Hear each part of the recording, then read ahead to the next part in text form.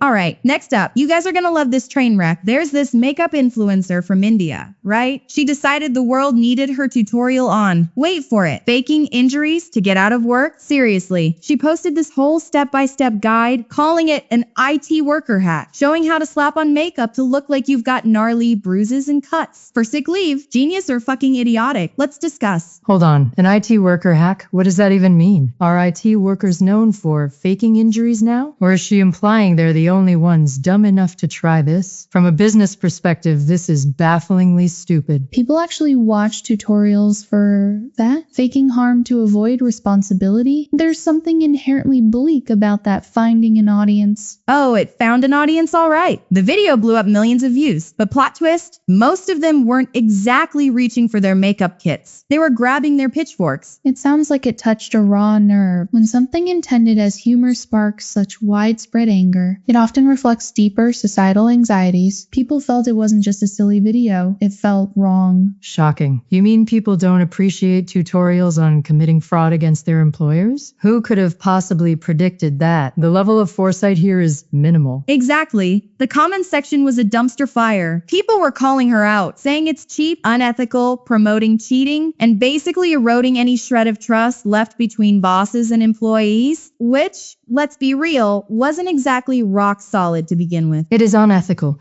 It undermines the entire basis of sick leave, which is for people who are genuinely unwell. Promoting this kind of deceit, even as a joke, encourages a mindset that gaming the system is acceptable. It normalizes dishonesty. Perhaps the anger stems from a feeling of betrayal too. We live in a time where authenticity is supposedly valued online, yet here's someone demonstrating calculated deception. It feels like a violation of that unspoken contract, even if it's just for clicks. But wait, she did try to cover her ass at the end. She threw in a little, don't let your boss see this, like wink wink, nudge nudge. She insists it was all just a big joke. Entertainment. Yes, the classic it's just a prank bro defense. Legally and ethically, that disclaimer is about as effective as a screen door on a submarine. It doesn't absolve you of the potential impact, especially when you're broadcasting it to millions. She basically taught people how to lie more convincingly. The intention versus the impact, it's a constant battleground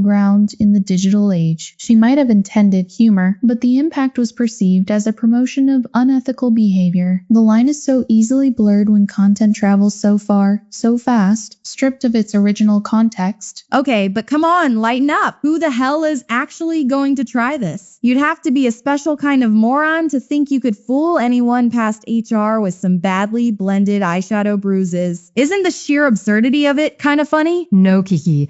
It's not funny because people are that stupid or desperate. You underestimate the lengths some people will go to avoid work or responsibility. And this isn't just harmless fun. It actively provides a template for bad behavior. It puts ideas into heads that shouldn't be there. And what happens when someone does try it and gets caught? They're fired. Maybe face legal action, depending on the company policy. Is that influencer going to pay their legal fees? Doubtful. It makes you wonder about the underlying reasons someone might even search for such a hack. Is it purely laziness? Or does it speak to a deeper dissatisfaction with work culture, burnout, feeling undervalued, the immense pressure, maybe the desire to escape even through deceit? Stems from a place of genuine unhappiness that doesn't excuse it, but it adds a layer of melancholy. Okay, maybe some people hate their jobs enough to consider painting on a black eye. We've all been there. Scrolling job sites on company time. But this is next level. It's performance art, really. Bad performance art. From a branding perspective, it's a disaster. Unless her brand is teach people how to be unemployable, this kind of controversy is toxic. Advertisers run from this stuff. Future collaborations dry up. She traded a fleeting viral moment for long-term reputational damage. Short-sighted. And the nature of viral content means this video, this single joke, could define her online persona for years. Context collapses online, nuance disappears. She might forever be the fake injury girl, regardless of her intentions or future work. That's a heavy price for a prank. Yeah, poor thing. Maybe she can do a follow-up tutorial. How to fake sincere apology makeup. The reaction says a lot about current work ethics, or perhaps the anxiety around them. In an era of remote work, quiet quitting, and constant debates about productivity,